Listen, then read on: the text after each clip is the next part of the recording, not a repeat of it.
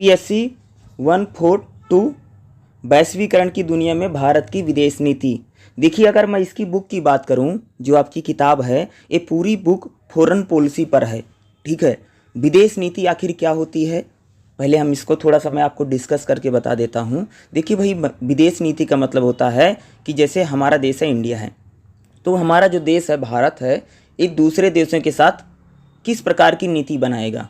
जैसे आप सबने देखा होगा कि गांव में लोग, जैसे आपका घर होगा तो किसी के साथ भैया आपके यहाँ पर उठना बैठना होगा, किसी के यहाँ पर नमस्ते नमस्कार होता होगा, किसी यहाँ पर बोलचाल ही नहीं होगी। गांव में नहीं होता है, जैसे किसी किसी परिवार में खानदान नहीं होता है, या किसी से बातचीत नहीं होती है, किसी के यहाँ पर ज़्यादा आना जाना रहता है, इस प्रकार से होता है। उसी प्रकार से जो पूरी दुनिया है वहाँ पर विदेश नीति होती है। जैसे गांव में एक प्रकार से हम घरों की नीतियाँ होती हैं कि भैया उनके यहाँ मत जाना है, उनके यहाँ जाना है, उनके यहाँ पर हमारा खाने पीने का रिश्ता है, या उनके यहाँ पर हमारे सिर्फ नमस्ते नमस्कार तक ही है, या उनको देख करके मुंह फेर करके चले जाना है। इस प्रकार के गाँव हम तुम सब देखते होंगे। उसी प्रकार से क्या होता है, राजनीति में भी क्या होता है, जो देश होते हैं वो दूसरे के साथ किस प्रकार से नीति बनाएंगे, किस प्रकार से रिलेशन बनाएंगे, उसी को हम क्या बोलते हैं, विदेश नीति।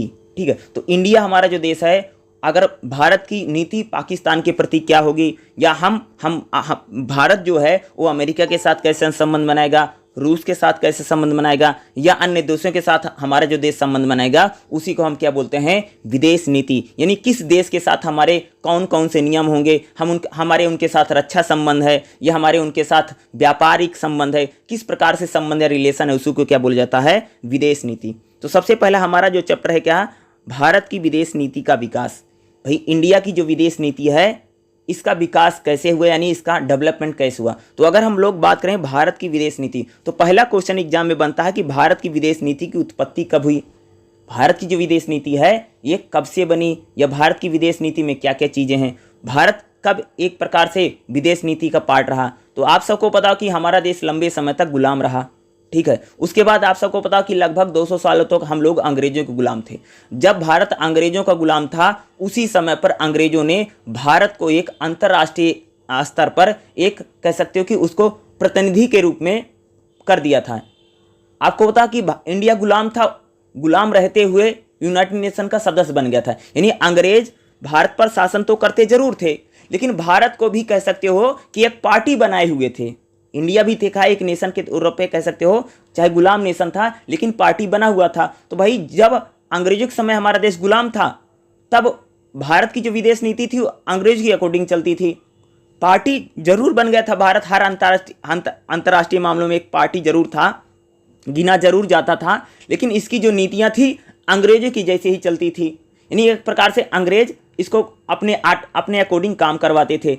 आप सबको पता कि जब हमारा देश 1947 में स्वतंत्र होता है, बल्कि उससे पहले ही भारत में स्वतंत्रता संबंधी कई सारी चीज़ें होती हैं। और आप सबको पता है कि भारत गुलाम रहते ही, आप देखेंगे जब हम लोग गुलाम थे और औपनिवेशिक काल था, तभी से अगर आप देखेंगे तो भारत को अंतरिम प्रधानमंत्री पंडित जवाहरलाल नेहरू को बनाया जाता है। भैया भारत की विदेश नीति में जवाहरलाल नेहरू का बहुत बड़ा योगदान है। इस एक आदमी का नाम जरूर याद रखना है, इनका भूलना मत। ठीक है, जो इनसे रिलेटेड जितना भी बताऊंगा सारा इंपॉर्टेंट है। तो भाई भारत जब गुलाम था और जब हमारा देश आज़ाद होने वाला था, उसी समय कह सकते हो भारत का प्रधानमंत्री, इंटरनली प्रधानमंत्री कौन बनता है, पंडित नेहरू बनते हैं। ठीक है, जब पंडित नेहरू को प्रधानमंत्री बनाया जाता है तो क्या होता है कि उनकी जो दिव्य दृष्टि है, यानी कह सकते हो नेहरू की जो सोच है, जो समझ है, वो भारत की विदेश नीति में हमें दिखाई देती है। अगर मैं नेहरू की बात करूं तो नेहरू का सबसे बड़ा योगदान भारत की विदेश नीति में हमें दिखाई देता। अगर मैं बात करूं जैसे भारत उपनिवेशवाद विरोधी नीति अपनाता, या साम्राज्यवाद या जातिवाद का, भारत की विदेश नीति में इसका कोई महत्व नहीं, भारत इसको नहीं मानता है। इसके अलावा भारत जो है गुट निरपेक्ष रहा, या आप कह सकते हैं तो, या भारत अगर बात करेंगे तो अपने मित्र पड़ोसियों के साथ उसके कैसे संबंध बनेंगे, तो इसमें इन सभी चीज़ों में नेहरू का बड़ा योगदान रहा। गुट निरपेक्ष का मतलब होता कि किसी को ग्रुप में शामिल ना होना। आप सबको पता कि जब इंडिया आज़ाद हो रहा था, जब हमारा देश 1947 में आज़ाद हुआ, उस समय शीत युद्ध चल रहा था। ठीक है, शीत युद्ध में आप सबको पता कि दो ग्रुप बन गए थे, एक तो अमेरिका के ग्रुप था और दूसरा सोवियत संघ का ग्रुप था। तो भारत किसी भी ग्रुप में शामिल नहीं हुआ।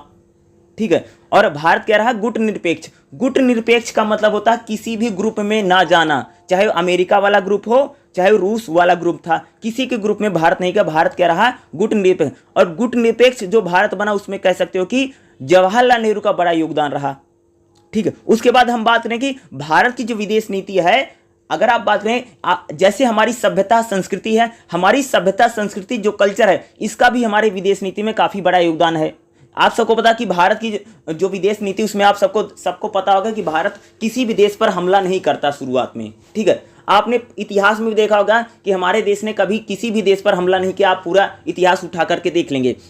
तो भारत की विदेश नीति में भारत की जो सभ्यता है, जो संस्कृति है, उसके मूल्य विदेश नीति में हमारे विद्यमान है। उसके साथ भारत, आपको पता कि जब हमारे देश में राष्ट्रीय स्वतंत्रता आंदोलन चलता है, तो राष्ट्रीय स्वतंत्रता आंदोलन की अगर बात करोगे तो स्वतंत्रता आंदोलन महात्मा गांधी द्वारा आप सबने देखा होगा कि शांति है या अहिंसा है, इस प्रकार की जो विचारधारा है वह भारत की विदेश नीति में हमें दिखाई देती है। या आप लोग कह सकते हैं कि भारत का जो नेशनल मूवमेंट था, यानी हमारा जो राष्ट्रीय आंदोलन था, हमने अपने राष्ट्रीय आंदोलन के कई सारे मूल्यों को भी अपनी विदेश नीति में शामिल कर रखा है। उसी प्रकार से अगर मैं बोलूं तो भारत की विदेश नीति में भारतीय राष्ट्रीय कांग्रेस का भी बड़ा योगदान रहा। क्योंकि आप सबको पता कि भारत जब आज़ाद हो रहा था तो किस पार्टी के तले आज़ाद हुआ? भारतीय राष्ट्रीय कांग्रेस के तले हमारा देश आज़ाद हुआ, उसके झंडे के तले आप कह सकते हैं। तो भारतीय राष्ट्रीय कांग्रेस की जो नीतियां थी या उनके जो एजेंडे थे वो भारत की विदेश नीति में हमें दिखाई देते हैं। अगर मैं बोलूँ जैसे सभी राष्ट्रों, भारत अगर आप देखेंगे तो भारत की जो विदेश नीति है उसमें कह सकते हो कि हमारा जो राष्ट्रीय आंदोलन रहा, उसकी जो नीति है, जो उद्देश्य है, भाई सत्य है, अहिंसा है, इस प्रकार की चीजें विदेश नीति में है। उसी प्रकार से कांग्रेस की जो विचारधारा है, जैसे स्वराज की मैं बात करूं या निशस्त्रीकरण की बात करूं, ठीक है, कांग्रेस विश्व में शांति चाहती तो भारत विश्व में शांति की बात करता है। सभी राष्ट्रों की स्वतंत्रता की बात करता है भारत किसी प्रकार के नस्लीय भेदभाव का विरोध करता है। तो ये सारी बातें भारत की विदेश नीति में आती जरूर हैं, लेकिन कह सकते हो कि भारतीय राष्ट्रीय जो कांग्रेस थी उसका भी बड़ा योगदान कह सकते हो कि भारत की विदेश नीति में रहा है। उसके बाद हम बात करेंगे इसमें जो दूसरा पॉइंट है, नेहरू काल। आखिर नेहरू काल क्या होता है? आप सबको पता कि भारत के प्रथम प्रधानमंत्री पंडित नेहरू बने, ठीक है, और पंडित नेहरू पहले प्रधानमंत्री बनते हैं तो भारत की विदेश नीति में कह सकते हो कि जब तक पंडित नेहरू जीवित रहे, ठीक है, यानी कह सकते हो कि लगभग 1964 तक उनकी 64 में डेथ हुई है। अगर आप बोलेंगे तो पहले प्रधानमंत्री बनते हैं और देश आज़ाद भी ना उससे पहले भी उनको अंतरिम प्रधानमंत्री बना दिया गया था। लंबे समय तक कह सकते हो 15-16 साल तक वो व्यक्ति इस देश का प्रधानमंत्री रहा। तो विदेश नीति में अगर आप देखेंगे तो नेहरू का काफी बड़ा योगदान है। जैसे मैंने आप सबको बताया कि जैसे भारत किसी भी ग्रुप में या गुट में शामिल नहीं हुआ तो नेहरू के विचार थे, नेहरू नहीं चाहते कि भारत किसी ग्रुप में शामिल हो, ठीक है। इसलिए कह सकते हो कि पंडित नेहरू ने भारत को हमेशा गुट निरपेक्ष रखा कि ना तो हम अमेरिका के ग्रुप में जाएंगे ना तो हम सोवियत संघ के ग्रुप में जाएंगे, यानी गुट निरपेक्ष रहेंगे, ठीक है। उसी प्रकार से कह सकते हो कि पंडित नेहरू का योगदान में अगर आप देखेंगे तो भारत के अगर आप इंडिया को लेकर के देखोगे तो हम लोग निशस्त्रीकरण की बात करते हैं तो भारत भी यानी हथियारों की भाग दौड़ न मचे, या भारत निशस्त्रीकरण की बात करता है। उसी प्रकार से अगर मैं नेहरू काल की बात करूं जो इसमें इंपॉर्टेंट, जैसे गुट निरपेक्षता है, साम्राज्यवाद विरोधी विचारधारा है, अगर देखेंगे तो उपनिवेशवाद विरोधी विचारधारा, मतलब यानी भारत उपनिवेशवाद की जो विचारधारा उसका खंडन करता है, भारत साम्राज्यवाद की विचारधारा का खंडन करता है, भारत रंग भेद का जो विरोध चलता था उसका विरोध करता है इंडिया। ये सारी जो बातें हैं हमारे कह सकते हैं विदेश नीति में जो शामिल हुई, ये सारी बातें कह सकते हैं पंडित नेहरू शामिल करवाने वाले थे, या उनका विचार था, या उनकी सोच थी, या उनकी अप्रोच थी, ठीक है। गुट निरपेक्ष रहना, रंग भेद का विरोध करना, या साम्राज्यवाद का विरोध करना या समर्थन न देना, यानी भारत कभी साम्राज्यवाद की बात नहीं करेगा, उपनिवेश का विरोध करेगा, यानी समन्वय की बात करना, सत्य अहिंसा, इस प्रकार की बातें कह सकते हो कि यानी भारत की विदेश नीति में जवाहरलाल नेहरू का बड़ा योगदान हमें दिखाई देता। मूलतः विदेश नीति के अगर आप सिद्धांत भी पढ़ेंगे, अभी मैं आपको आगे पढ़ाऊंगा, तो वहां पर भी अगर आप देखेंगे तो विदेश नीति के हमारे जितने सिद्धांत हैं सभी मोस्टली अगर आप देखेंगे तो पंडित नेहरू के द्वारा ही बनाए गए हैं, या लगभग 15-16 साल जब वो प्रधानमंत्री थे तो उसी समय की सारी बातें आप देखेंगे विदेश नीति में शामिल की गई हैं, ठीक है। उसी के बाद हम लोग बात करते हैं, इसमें एक पॉइंट और आता है कि शीत युद्ध के दौरान भारत की विदेश नीति कैसे रही। आप सबको पता होगा कि भारत जब आजाद हुआ उस समय शीत युद्ध यानी कोल्ड वार चल रहा था, ठीक है, और भारत किसी भी ग्रुप में शामिल नहीं रहा, ठीक है, क्योंकि हमको लगता था कि अगर हम अमेरिका के साथ चले जाएंगे तो सोवियत संघ हमारा दुश्मन बन जाएगा, अगर हम सोवियत संघ के साथ चले जाएंगे तो हमारा अमेरिका दुश्मन बन जाएगा। तो ऐसी स्थिति में कहा कि भारत किसी भी ग्रुप या गुट में शामिल नहीं रहा, इसका भारत को लाभ ही मिला। लेकिन कह सकते हो कि भाई अगर आप बहुत सयाने बन जाते हैं, किसी के साथ नहीं जाते हैं, तो आपको खामियाजा भी भुगतना पड़ता है। भारत को जब जब समस्या पड़ी, भारत के ऊपर चाहे हमारे साथ पाकिस्तान के साथ युद्ध हुए, हमारे साथ चीन का युद्ध हुआ, तो हमारा किसी ने सपोर्ट नहीं किया। ये सच्चाई की बात है। गुट निरपेक्ष हम हमेशा बने रहे, हम किसी के ग्रुप में नहीं गए। लेकिन कह सकते हो इसका सबसे खामियाजा अगर किसी को भुगतना पड़ा तो भारत को भुगतना पड़ा, क्योंकि अगर कोई किसी ग्रुप में नहीं रहता है तो उसका कोई साथ नहीं देता है। बिल्कुल सच्चाई बात है। अगर हम किसी ग्रुप में होते, यानी हम का मतलब भारत कह रहा हूं कि अगर भारत किसी ग्रुप में होता तो शायद कह सकते हो कि उसका साथ जब पाकिस्तान के साथ युद्ध हुआ या हमारा युद्ध चीन के साथ हुआ, तब कोई ना कोई हमारा साथ खुलकर देता। लेकिन कह सकते शीत युद्ध के दौरान अगर देखोगे तो भारत किसी का भी ग्रुप में नहीं जाता है। और कह सकते हो कि अगर कोई समस्या उत्पन्न होती है तो कह सकते पिछले दरवाजे से, कह सकते हो, क्योंकि भारत का तो कोई खुलकर समर्थन नहीं कर सकता था ना तो अमेरिका कर सकता था, न सोवियत संघ कर सकता था, क्योंकि भारत किसी ग्रुप में शामिल नहीं था। ठीक है, तो शीत युद्ध के दौरान कह सकते हो भारत की जो विदेश नीति है वो गुट निरपेक्ष की विदेश नीति है। भारत किसी भी ग्रुप या गुट में शामिल नहीं हुआ था। उसके बाद इसमें क्वेश्चन आता है कि 90 के दशक में भारत की विदेश नीति कैसे रही। अगर मैं 90 के दशक की बात करूं तो आप सबको पता कि 90 के दौर में क्या हो, भारत में हमने क्या कर दिया, वैश्वीकरण कर दिया, हमने मार्केट को खोल दिया। तो कह सकते हैं 90 के दशक में अगर भारत की विदेश नीति की बात करो तो आप सबको पता कि मनमोहन सिंह जब रक्षा मंत्री थे, गलत बोल रहा हूं, वो जब वो वित्त मंत्री थे, उन्हीं के वित्त मंत्री के शासनकाल में भारत क्या रहा, अपनी अर्थव्यवस्था खोलता है और वैश्वीकरण में शामिल हो जाता है, यानी अपनी मार्केट को पूरा हमने ओपन कर दिया है। ठीक है, तो यानी 90 के दौर में अगर आप देखेंगे, 90s के दौर में देखेंगे तो भारत की विदेश नीति जो देखेंगे वो काफ़ी कह सकते हैं लचीली रही। उससे पहले हमने मार्केट को बंद रखा था, कोई निवेश नहीं कर सकता है, लेकिन हमने निवेशकों के लिए हमने क्या पूरी मार्केट को अपनी खोल दिया। 90 के दौर में ऐसी ही विदेश नीति रही। उसके बाद इसमें एक बड़ा क्वेश्चन पूछते हैं भाई एनडीए के समय, एनडीए 1 का मतलब होता कि जब हमारे देश के प्रधानमंत्री अटल बिहारी थे। खास तौर से मैं अटल बिहारी का जिक्र करता हूं तो अटल बिहारी की अगर हम बात करें तो अटल बिहारी के शासनकाल में भारत ने कई बड़े कामयाबी को हासिल किया। पहला है परमाणु परीक्षण। अगर आप देखेंगे तो अटल बिहारी के प्रधानमंत्री रहते ही 98 में भारत ने परमाणु परीक्षण किया पोखरण में, और सफलतापूर्वक वो हमारा परमाणु परीक्षण होता है और भारत एक परमाणु संपन्न देश बनता है। लेकिन जब हमने पोखरण में परमाणु परीक्षण कर दिया, उसके बाद भारत पर अमेरिका ने कई सारे सेक्शन लगा दिए। सेक्शन का मतलब प्रतिबंध लगा देना, आर्थिक प्रतिबंध भारत पर लगे। लेकिन वो कुछ समय भारत पर प्रतिबंध लगे रहते हैं, लेकिन उसके बाद फिर अमेरिका के साथ हमारे अच्छे संबंध बनते हैं। और आप सबको पता कि सन 2000 में अमेरिका के जो राष्ट्रपति थे बिल क्लिंटन, भाई नाम बोलने में थोड़ी गलती हो सकती है, तो वो क्या होते हैं, बिल क्लिंटन भारत में आते हैं। यानी कह सकते हो कि जब हमने परमाणु परीक्षण किया तब हमारे संबंध कह सकते हो कि अमेरिका के साथ खराब हुए, जब अटल बिहारी जी प्रधानमंत्री थे। ठीक है, और कह सकते हैं कि अटल बिहारी के प्रधानमंत्री रहते हैं अमेरिका के साथ जो संबंध है, संबंधों में थोड़ा बहुत सुधार आता है, क्योंकि हमने परमाणु परीक्षण कर दिया था और अमेरिका ने हम पर सेक्शन लगा दिया, प्रतिबंध लगा दिया। उसके बाद अगर मैं बात करूं तो अमेरिका के साथ हमारी ठीक ठाक नीति चलती रही। हम बात करते हैं कि अटल बिहारी के रहते हुए पाकिस्तान के हमारे साथ, देखो अटल बिहारी की अगर मैं बात करूं तो अटल बिहारी बोलते थे भाई कि आप अटल बिहारी जी कहते थे कि आप दोस्त बदल सकते हैं लेकिन पड़ोसी नहीं बदल सकते। अटल बिहारी जी का ये कहना था कि हम पाकिस्तान चाहे जैसा देश है उसको हम बदल नहीं सकते हैं, पड़ोसी हमारा वही रहेगा, इसलिए हमें पाकिस्तान के साथ अच्छे संबंध बनाने चाहिए, पाकिस्तान को एक और मौका मिलना चाहिए। तो अटल बिहारी देखोगे तो पाकिस्तान के साथ अच्छे संबंध बनाने के कई सारे प्रयास करते हैं, लेकिन उसको भारत का खामियाजा भुगतना पड़ता है। 99 में हमें कारगिल वार में कूदना पड़ता, यानी जब कारगिल होता। तो कारगिल के बाद भी अगर आप देखोगे तो अटल बिहारी की सरकार देखते हैं फिर भी पाकिस्तान के साथ अच्छे संबंध बनाने की बात करती। तो अटल बिहारी की अगर बात करें तो भारत की जो विदेश नीति हल्की नरम रही या झुकावपूर्ण हमें दिखाई देती है। ठीक है, उसके बाद मैं बात करता हूं कि जब प्रधानमंत्री मनमोहन सिंह बने उस समय हमने क्या किया। तो भाई प्रधानमंत्री मनमोहन सिंह के रहते हुए अगर आप देखेंगे तो पाकिस्तान के साथ हमारी जो विदेश नीति रही वो ठीक ठाक रही। पाकिस्तान से के कहने पर कह सकते हो कि मनमोहन सिंह ने, आप देखोगे कश्मीर से सेना भी हमने कम किया। उसके साथ अगर देखोगे भारत और चीन के साथ हमारे ठीक ठाक संबंध है, लेकिन चीन के साथ हमारा डिस्प्यूट चलता रहा।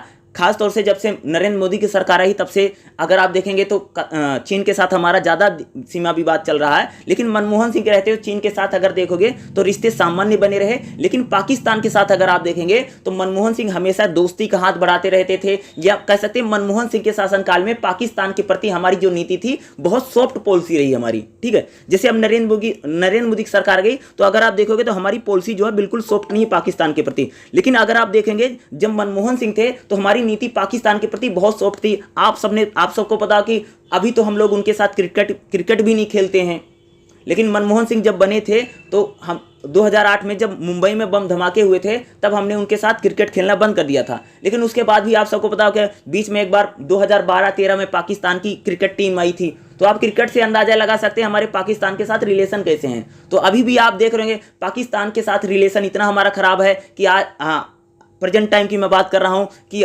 उनके साथ हमने जो विश्व एशिया कप होता उसमें भी हमने खेलने से मना कर दिया है। यानी कह सकते हो कि अभी पाकिस्तान के साथ हमारी जो नीति है बिल्कुल कह सकते 36 का आंकड़ा है।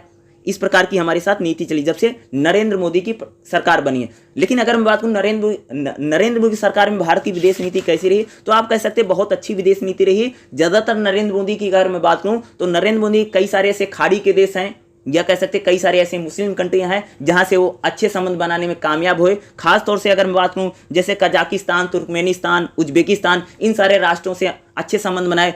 ज़्यादातर जो हमारी जो मुस्लिम कंट्रियां हैं, क्योंकि पाकिस्तान का ऐसा मानना था, पाकिस्तान सोचता था कि भाई हम मुसलमान हैं, जो मुसलमान होगा हमसे दोस्ती करेगा तो भारत से तो कोई दोस्ती करेगा नहीं। लेकिन आप सबको बताओ कि जब से प्रधानमंत्री नरेंद्र मोदी बने हैं तब से कई सारे जो मुस्लिम राष्ट्र हैं उन्होंने भारत का हमेशा क्या किया है, समर्थन दिया है। और नरेंद्र मोदी के रहते हुए अगर आप देखेंगे तो रूस के साथ हमारे काफ़ी अच्छे संबंध है। साथ साथ अगर आप देखेंगे तो अमेरिका के साथ हमारे काफ़ी अच्छे संबंध रहे जब से नरेंद्र मोदी आए। साथ में आपने देखा जब से ट्रंप थे, ट्रंप और मोदी का रिलेशन आप सबको पता हो, बीच में यहाँ पर हमने नमस्ते ट्रंप भी करवा दिया तो कोरोना में, और बाद में नरेंद्र मोदी अमेरिका गए थे, वहां पर हाउडी मोदी हो गया था। तो कह सकते हैं कि अमेरिका के साथ हमारे जो रिलेशन है जब से नरेंद्र मोदी की सरकार है काफ़ी अच्छे रिलेशन बने हुए हैं, ठीक है। उसी के साथ अगर मैं रूस की बात करूं तो रूस में अगर अभी आप सबने थोड़े दिन पहले सुना होगा कि रूस और यूक्रेन का वार हो गया था, तो वहां पर देखा होगा कि हम लोगों ने यूक्रेन का बहुत ज़्यादा देखोगे समर्थन नहीं भारत ने किया। खुल रूप से अगर देखोगे तो हमेशा देखोगे भारत रूस के साथ खड़ा, क्योंकि रूस हमारा जो है बहुत लंबे समय से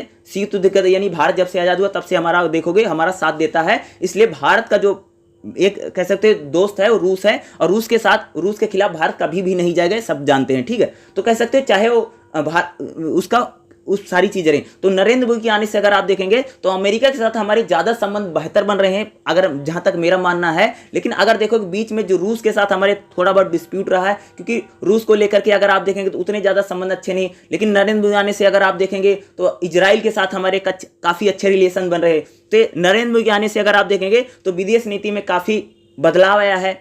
जब एनडीए पूछा जाएगा, एनडीए आएगा पार्ट 2 में जब पूछेंगे कि विदेश नीति कैसे रही, तो यही सारा लिख देना कि मोदी जी यात्रा करने जाते हैं, यही सारी बातें लिख देना कि अमेरिका इतने बार गए हैं, अमेरिका के साथ बाइडन के साथ अच्छे रिलेशन है भाई, या कह सकते ट्रंप के साथ अच्छा रिलेशन है मोदी जी का, नेतन्याहू जो है मैंने आप नाम लिया उनके साथ अच्छा रिलेशन। यानी जब से नरेंद्र मोदी सरकार ही तब से भारत की जो विदेश नीति है काफ़ी बेहतर अच्छी चल रही है, या कई सारे देश भारत का हमेशा समर्थन करते हैं विश्व पटल पर। तो पहले चैप्टर में लगभग यही सारे चैप्टर हैं। क्वेश्चन भी इसी से रिलेटेड आएगा, और खास तौर से नेहरू को जरूर याद रखना, क्योंकि पूरी विदेश नीति में 3-4 चैप्टर में नेहरू जम करके आएंगे, और नेहरू का इफेक्ट भारत की विदेश नीति में बहुत ज़्यादा पड़ता है। भारत गुटनिरपेक्ष बना, नेहरू का योगदान है। सोवियत संघ बोल रहा हूँ, रंग भेद का विरोध करना, साम्राज्यवाद का विरोध करना, या साम्राज्यवाद का भारत ने कभी समर्थन नहीं दिया, उपनिवेशवाद का, ये सारी जो नीतियाँ हैं पंडित नेहरू। ये पंचशील जो है, पंचशील का जो मुद्दा है अगर आप देखेंगे तो चीन के साथ हमने कुछ पड़ोसियों के साथ पंचशील है, इसमें भी नेहरू का है। यह कह सकते हो कि आप सब लोग जब लिखेंगे तो इस बात को जरूर उस पेपर में मेंशन करके आना कि भारत की विदेश नीति में अगर किसी व्यक्ति का सबसे बड़ा योगदान है तो पंडित नेहरू का योगदान, यानी जवाहरलाल नेहरू जो भारत के प्रथम प्रधानमंत्री थे, उनका बहुत बड़ा योगदान हमें विदेश नीति में दिखाई देता है, ठीक है। नेक्स्ट हमारा चैप्टर क्या है, भारत की विदेश नीति के निर्धारक। दूसरे चैप्टर में कहा जा रहा कि भैया जो भारत की विदेश नीति है, निर्धारक मतलब डिसाइड, किन चीज़ों से हम विदेश नीति को डिसाइड करते हैं। इसमें अगर मैं बात करूं बहुत इंपॉर्टेंट क्वेश्चन आता है, खास तौर से ध्यान दें, भारत की विदेश नीति के प्रमुख निर्धारक तत्व, यानी ऐसी कौन कौन सी चीज़ें हैं जिससे भारत की विदेश नीति डिसाइड होती है, या किसी भी देश की अगर विदेश नीति होगी तो इन्हीं चीज़ों पर डिसाइड होगी, या विदेश नीति में इन चीज़ों का प्रभाव पड़ेगा ही पड़ेगा। अगर हम बात करें भौगोलिक कारक, भारत की विदेश नीति कैसे बनेगी, इसका ज्योग्राफी कंडीशन यानी भारत की जलवायु, मौसम, क्षेत्रफल, वनस्पति, जीव जंतु, इन चीज़ों पर भी विदेश नीति बहुत ज़्यादा प्रभावित होती है। आप सबको पता, जैसे अगर इंडिया की बात करें, तीन तरफ से हमारा देश क्या समुद्र से घिरा हुआ है, एक तरफ से अगर देखोगे हिमालय है, तो विदेश नीति कह सकते हो कि जो ज्योग्राफी कंडीशन होती, भौगोलिक स्थिति होती है, इससे भी डिसाइडेड होती है। साथ में कह सकते आपके देश के साथ किन देशों के साथ बॉर्डर लाइन लगती है या सीमा रेखा लगती है, इससे भी विदेश नीति भी क्या हो सकती है, डिसाइड हो सकती है। जैसे आप देखोगे कि भारत हमेशा पाकिस्तान के साथ या चीन के साथ हम लोग हमेशा दोस्ताना माहौल बनाने की कोशिश करते हैं, लेकिन बार बार आप देखोगे तो लोग कह सकते पीठ में खंजर भोंकने का काम करते हैं, सारी चीज़ें होती हैं। तो कह सकते कि किसी जो भारत की विदेश नीति, उसका पहला निर्धारक तत्व क्या है, भौगोलिक कारक। भौगोलिक कारक में यानी ज्योग्राफी कंडीशन, जो यानी जो क्षेत्रफल है, संसाधन है या भू राजनीतिक वातावरण है, ये कह सकते हैं भौगोलिक कारक में इंपॉर्टेंट है। जैसे मौसम है, जलवायु है, वनस्पति है, जीव जंतु है, ये सब भी कह सकते हो कि विदेश नीति के निर्धारक होते हैं, इनसे भी विदेश नीति डिसाइड हो सकती है। ठीक है। दूसरा है आर्थिक कारक। आर्थिक कारक में हम बात करते हैं कि जैसे धातु है, खनिज है, जीवाश्म है, उपजाऊ भूमि कितनी है, संसाधन कितने हैं, यानी नेचुरल जो रिसोर्स हैं, इनसे भी क्या होती है, विदेश नीति डिसाइड होती है। यानी यूरेनियम, सोना, ये सारी कीमती धातु कितनी है। देखो जैसे भाई अगर मैं बात करूं, जैसे भारत है, तो भाई जिन देशों के पास, हमारे पास जो भी चीज़ें नहीं है, मान लो किसी देश के पास वो चीज़ है, तो हम लोग क्या करेंगे, उस देश से अच्छे संबंध ताकि हमको मिल जाए। आप लोग जैसे गाँव में देखते होगे ना, तो क्या होता है, जिन घरों के साथ हमारे अच्छे संबंध होते हैं, जैसे हमारे घर पर चीनी खत्म हो गई, चावल खत्म हो गया, तो हम उनसे मांगने चले जाते हैं ना। तो उसी प्रकार से भैया दुनिया में होता है। जैसे भारत के जो अच्छे अच्छे पड़ोसी देश हैं, मान लीजिए इंडिया के पास अगर कोई संकट आ जाता है, तो हम लोग किससे बोलने जाएंगे, हमारा जो दोस्त रहेगा, जो फ्रेंड रहेगा, उसी से जाकर के बोलेंगे। तो अगर किसी प्रकार की समस्या होगी, हम उनसे मांगते हैं। तो यानी कह सकते हैं आर्थिक कारक, यानी आर्थिक कारकों में जैसे आप कहेंगे, जैसे मैंने धातु, खनिज, जीवाश्म, भूमि उपजाऊ, ये भी सारी चीजें क्या करती हैं, विदेश नीति को डिसाइड करती हैं। इन पर इनका भी विदेश नीति पर बहुत ज़्यादा प्रभाव पड़ता है। जैसे यूरेनियम है, सोना है, कीमती धातु है, ये सारी चीज़ें हैं। ठीक है। जैसे हम बहुत सारी चीज़ें दूसरे देशों से खरीदते हैं, जैसे आप सबको पता होगा कि जो सारी बड़ी बड़ी मशीनें हैं, बहुत सारी चीज़ें हम दूसरे देशों से खरीदते हैं। तो ये आर्थिक कारक भी कह सकते हैं विदेश नीति को क्या करते हैं, डिसाइड करते हैं। ठीक है। उसके बाद है ऐतिहासिक और सांस्कृतिक कारक। ठीक है। ऐतिहासिक और सांस्कृतिक कारक का मतलब होता है कि जैसे हम बात करें कि भारत में जैसे स्वतंत्रता या इन सारी चीज़ें, राष्ट्रीय आंदोलन जो है, जैसे अगर ऐतिहासिक कारकों की अगर मैं बात करूँ, जैसे भारत क्या है, उपनिवेशवादी विरोधी, भारत हमेशा उपनिवेश का विरोध करेगा, साम्राज्यवाद विरोधी है, रंग भेद विरोधी हमारी नीति है, एकजुटता की भारत हमेशा बात करता है, या जो संयुक्त राष्ट्र यूनाइटेड नेशन उसके समर्थन की बात या उसके बातों को मानेगा। यानी ये भी चीज़ें क्या करती हैं, विदेश नीति को क्या कर सकती हैं, डिसाइड कर सकती हैं। ठीक है। हेलो, हमारी जो संस्कृति है, जो कल्चर है, जो सभ्यता है, इससे भी भैया विदेश नीति डिसाइड हो सकती है। अरे भैया जिसके साथ हमारी बनेगी उसी के साथ तो हम विदेश नीति निभाएंगे। जैसे तुम लोग गाँव हम देखते नहीं हो, जिनके साथ हमारी बनती है उन्हीं के साथ हमारे यहाँ आना जाना, खाना पीना, रहना सहना उन्हीं के साथ होता ना। उसी के साथ उसी अनुसार दुनिया में भी चलता है भैया। जिन दो के साथ हमारी दोस्ती है, जिन दोस्तों के साथ हमारा चीज़ें हैं, तो उसका प्रभाव पड़ता है ना। जैसे यहाँ पर गाने बन गए थे ना, मेरा जूता है जापानी, ये पतलून इंगिस्तानी, सिर पे लाल टोपी रूसी। गाने में भी देखो रूस का नाम आ गया ना। क्यों? ये चीज़ें बता रही कि रूस के साथ हमारी भाई है ना।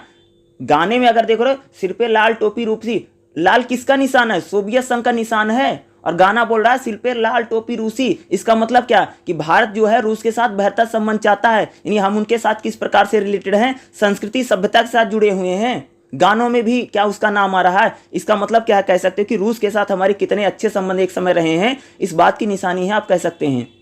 ठीक है। इसका मतलब क्या है, यही सारी चीजें बताइए। सांस्कृतिक और ऐतिहासिक कारक यही, यानी हम किस संस्कृति सभ्यता के साथ हम किस प्रकार से, जिस प्रकार से आप सबको पता कि महात्मा गांधी हैं, जैसे बात करोगे, या विवेकानंद जी हैं, इन लोगों का जो प्रभाव है। देखो बार बार नरेंद्र मोदी जी विदेश जाते हैं, तो हर देश में जाते हैं तो वहाँ पर गांधी जी की मूर्ति बनी है ना, बहुत सारे देशों में बनी है ना, वहाँ पर उनको नतमस्तक करते हैं। तो भारत को गांधी के नाम से बहुत पूरी दुनिया जानती है ना। तो भाई जैसे भारत को लेकर के लोग क्या बोलेंगे, भाई भारत सत्य अहिंसा का देश है, यानी क्या है, हमारा सांस्कृतिक और ऐतिहासिक कार्य है। इससे भी हमारी विदेश नीति क्या होती है, डिसाइड होती है। अगला घरेलू कारक। ये घरेलू कारक क्या होते हैं, देखो इसमें एक एग्जाम्पल दे रखा है। आप सबको पता हो कि भाई इस दुनिया में कम से कम 50 से 60 कंट्री मुस्लिम कंट्री हैं। क्या है, मुस्लिम कंट्रियां हैं। और हमारे देश में भी मुसलमानों की अच्छी खासी संख्या है। आप कह सकते हैं 20-22 करोड़ मुसलमान हमारे देश में रहते हैं। तो भैया हमारे देश में मुसलमान रहते हैं और कम से कम 50-60 ऐसे देश हैं जो मुस्लिम कंट्रियां हैं। तो जो भी मुस्लिम कंट्रियां हैं, हमारे देश में भी मुस्लिमों की अच्छी खासी आबादी है। तो कह सकते हो कि जितनी भी मुस्लिम कंट्रियां हैं, चाहे वो पाकिस्तान हो, बांग्लादेश हो, मालदीव हो या अरब के मुस्लिम देश हो, इनके साथ भारत हमेशा क्या अच्छा संबंध बनाना चाहता है। ठीक है, या इस्लामी जो दुनिया है उनके साथ हम क्या चाहते हैं, हमारे अच्छे संबंध बने। क्योंकि अगर हमारे देश में मुसलमानों के साथ कोई भी दुर्व्यवहार होता, कुछ भी होगा, तो जितनी मुस्लिम कंट्रियां होंगी हम हमेशा क्या करेंगे, उसका विरोध करेंगे। तो कह सकते हो कि अच्छा संबंध बनाते हैं। उसी प्रकार से आप सबको पता कि श्रीलंका में तमिल रहते हैं। सबको पता होगा कि जो श्रीलंका में तमिल रहते हैं और हमारे देश में एक राज्य है तमिलनाडु, वहां पर भी तमिलों की संख्या है। तो श्रीलंका में आप सबको 91 का वाकया पता होगा ना, कि भाई श्रीलंका में जो तमिलों को परेशान किया गया था, तो बड़ी संख्या में भारत में तमिल आकर के रहे थे। तो श्रीलंका के साथ हमने काम किया था। उसी प्रकार से आप सबको पता कि 71 में 1971 जब का युद्ध चला, उससे पहले बांग्लादेश में जब देखोगे बहुत सारे लगभग 40 लाख बांग्लादेशी भारत में आकर के बस गए थे। और उनको लेकर के इंदिरा गांधी भाई 71 में क्या बांग्लादेश के साथ सेना उना यहाँ पर इंदिरा गांधी मुक्ति ये सारी चीज़ें भेजती हैं। तो कह सकते हो कि अगर हमारे देश में किसी जाति का, धर्म का अगर कोई व्यक्ति रहता है, अगर वो किसी और भी देश में वो लोग रहते हैं, उसका भी प्रभाव क्या, यानी घरेलू परिदृश्य भी क्या करते हैं, विदेश नीति को डिसाइड कर सकते हैं। जिस प्रकार से अगर मैं बोलूँ कि भारत में बहुत बड़ी संख्या मुसलमान रहते हैं, तो जितनी मुस्लिम कंट्री हैं उनके साथ हमें क्या करना पड़ेगा, अच्छा रिलेशन बनाना पड़ेगा। अगर भाई तमिलनाडु में तमिल रहते हैं और श्रीलंका में तमिलों को अगर परेशान किया जाएगा, तो श्रीलंका के जो तमिल होंगे भारत में आ जाएंगे। इसलिए आप सबने देखा कि जब यहाँ पर राजीव गांधी की सरकार थी, तब उन्होंने एक सेना भेज रखी थी ना, क्योंकि श्रीलंका में गृह युद्ध चल रहा था ना, उसको बात। तो कह सकते हैं घरेलू कारक जो होते हैं, ये भी विदेश नीति को क्या कर सकते हैं, डिसाइड कर सकते हैं। उसके बाद हम करेंगे नेतृत्व। भैया लीडरशिप बहुत इंपॉर्टेंट है। आप बात कहिए, जब मनमोहन सिंह थे, आज नरेंद्र मोदी प्रधानमंत्री हैं, तो दोनों में फर्क पड़ता है कि नहीं पड़ता है। इंदिरा गांधी और अगर मैं बोलूँ मोरारजी देसाई, बिल्कुल प्रभाव पड़ता है। भैया लीडरशिप, देश का नेता कौन है, इससे भी विदेश नीति बहुत डिसाइड होती है। जब मनमोहन सिंह थे तो पाकिस्तान के साथ हमारी कैसी नीति थी, और नरेंद्र मोदी तो दूसरे टाइप की नीति है। इंदिरा गांधी थी तो पाकिस्तान या अमेरिका के साथ कैसी नीति थी, आज कैसी नीति है। तो कह सकते हैं जो नेतृत्व, यानी जो देश का जो लीडर है, जो नेता है, वो कैसा है, उससे भी विदेश नीति क्या हो सकती है, डिसाइडेड हो सकती है। उसके बाद है वैचारिक पूर्वाग्रह, यानी कोई देश अगर किसी विचारधारा को मानता है, इससे भी विदेश नीति डिसाइड हो सकती है। और सबसे ज्यादा विदेश नीति जो डिसाइडेड हो रही प्रेजेंट टाइम में है, अंतरराष्ट्रीय परिदृश्य कैसा है, यानी मौजूदा हालात कैसे हैं, उसी के आधार पर विदेश नीति क्या होती है, डिसाइड होती है। आप सबको पता कि जब यूक्रेन और रूस का वार चल रहा था, तब क्या भारत को अमेरिका ने बोला कि तुम रूस से तेल मत खरीदो, बोला था। अगर आप जाकर के चेक कर लेना मेरी बात को, ठीक है। तो भारत ने क्या बोला था कि भारत एक प्रभुता संपन्न देश है और भारत को कोई कुछ कह नहीं सकता है, यानी क्या करें हम क्या ना करें इसको, ठीक है। इसको विदेश मंत्री जी ने भी बोला था, ठीक है। तो भारत ने क्या, तब भी क्या हमने क्या रूस से हमने क्या तेल खरीदा। अमेरिका मना कर रहा था ना कि भैया तेल मत खरीदो, रूस से तेल मत खरीदो, क्योंकि यूक्रेन के साथ युद्ध कर रहा है, उसका बाइकाट करने के लिए मना कर। लेकिन भारत ने फिर भी हमने क्या रसिया से तेल परचेज किया ना। तो वही मेरा कहने का मतलब है, प्रेजेंट टाइम में माहौल क्या है भैया, इससे भी विदेश नीति डिसाइड हो सकती है। कोई विदेश नीति जो डिसाइडेड होती है, मौजूदा परिस्थितियां कैसे हैं, अंतरराष्ट्रीय मौजूदा परिस्थितियां किस प्रकार से चल रही हैं, ये भी विदेश नीति में बहुत इंपॉर्टेंट हो सकता है, ठीक है। जैसे मान लो कि एक समय भाई पाकिस्तान के साथ हमारे साथ अच्छा रिलेशन रहा होगा, या मान सकता हूँ कभी जिंदगी में रहा होगा, थोड़ा बहुत 2-4% रहा होगा, लेकिन आज के टाइम किसी भी प्रकार का रिलेशन नहीं है। तो विदेश नीति हमेशा करंट में, यानी मौजूदा परिदृश्य क्या है, इससे भी विदेश नीति डिसाइड हो। कुछ ऐसे जो लघु निर्धारक होते हैं, इससे ऐसे कोई बातें होती जो हमारे लघु निर्धारक होते हैं, जो फिक्स नहीं रहते हैं, इससे भी हमारी क्या होती है, विदेश नीति डिसाइड हो सकती है। तो ये जो यहाँ आपकी बुक में जो बना है ना 2.3 में, प्रमुख निर्धारक, इसका मतलब है कि विदेश नीति जो होती है उसको डिसाइड करने वाले, निर्धारित करने वाले कौन कौन से कारक हैं, यानी कौन कौन से ऐसे फैक्टर हैं जिससे विदेश नीति डिसाइडेड होती है। तो चैप्टर नंबर 2 में अगर देखोगे 2.3 है, ये बहुत इंपॉर्टेंट है और कोई भी क्वेश्चन आता तो इसमें जो पॉइंट लिखे गए हैं इन्हीं को आपको क्या हेडिंग बनाना है और हेडिंग के साथ इनको क्या कर देना है, एक्सप्लेन कर देना है और अच्छे से आपका जो क्वेश्चन होगा कंप्लीट हो जाएगा। ठीक है, चैप्टर क्या है, चैप्टर नंबर 3। चैप्टर नंबर 3 क्या है, भारत की विदेश नीति के सिद्धांत बताओ या उद्देश्य। तो भैया विदेश नीति का सिद्धांत क्या हमारा, जैसे मैंने अभी आपको बोला ना कि जवाहरलाल नेहरू ने विदेश नीति में बहुत बड़ा योगदान है। तो जवाहरलाल नेहरू ने की जो बातें हैं उनके जो मैंने बताया था उनके जो सिद्धांत है ज़्यादातर विदेश नीति में। सिद्धांत का मतलब पता है क्या होता है? अरे सिद्धांत का मतलब तुम लोगों ने सुना नहीं होगा, कोई बोलता होगा ना, अरे मैं तो 9 बजे उठता हूँ, 9 बजे नहा वहा के धो करके बैठ जाता हूँ, मेरा सिद्धांत है। सिद्धांत का मतलब है कि हम कोई आदमी जो अपना बना लिया कि भैया मेरा सिद्धांत है 4 बजे उठना है, 9 बजे खाना है, ऐसा करना वैसा करना है, इसको हम क्या बोलते हैं, सिद्धांत। तो वैसे भारत की जो विदेश नीति है इसका सिद्धांत क्या है, ठीक है, यानी किन चीज़ों पर हमारी विदेश नीति डिसाइड होगी उसको बोलते हैं सिद्धांत। तो भैया भारत की विदेश नीति का पहला सिद्धांत क्या है, गुट निरपेक्ष। गुट निरपेक्षता का मतलब होता है कि भारत किसी भी ग्रुप में या गैंग, हिंदी में बोलते हैं इसको गैंग, भारत किसी भी गैंग में शामिल नहीं होगा, ये गुट में। जैसे आप सबको पता कि जब हमारा देश आज़ाद हुआ उस समय कोल्ड वार चल रहा था, शीत युद्ध, और शीत युद्ध में दो ग्रुप हैं, एक तो वही कह सकते हो कि अमेरिका वाला ग्रुप है, दूसरा सोवियत संघ का ग्रुप था। तो भारत किसी भी ग्रुप में शामिल नहीं हुआ। रीजन ये था कि अगर हम किसी ग्रुप में शामिल होते, क्योंकि हम चाहते थे कि ज़्यादा से ज़्यादा लाभ मिले। अरे एक बात बताओ, अगर किसी के साथ चले जाओगे दूसरे का लाभ नहीं मिल पाएगा ना, तो अगर किसी ग्रुप में शामिल होंगे तो हमें दोनों का लाभ मिलेगा। यानी भारत की विदेश नीति का पहला सिद्धांत भैया गुट निरपेक्षता, यानी भारत किसी भी ग्रुप में शामिल नहीं होगा या भारत क्या रहेगा, गुट निरपेक्ष रहेगा। ठीक है, दूसरा हमारा क्या है, पंचशील।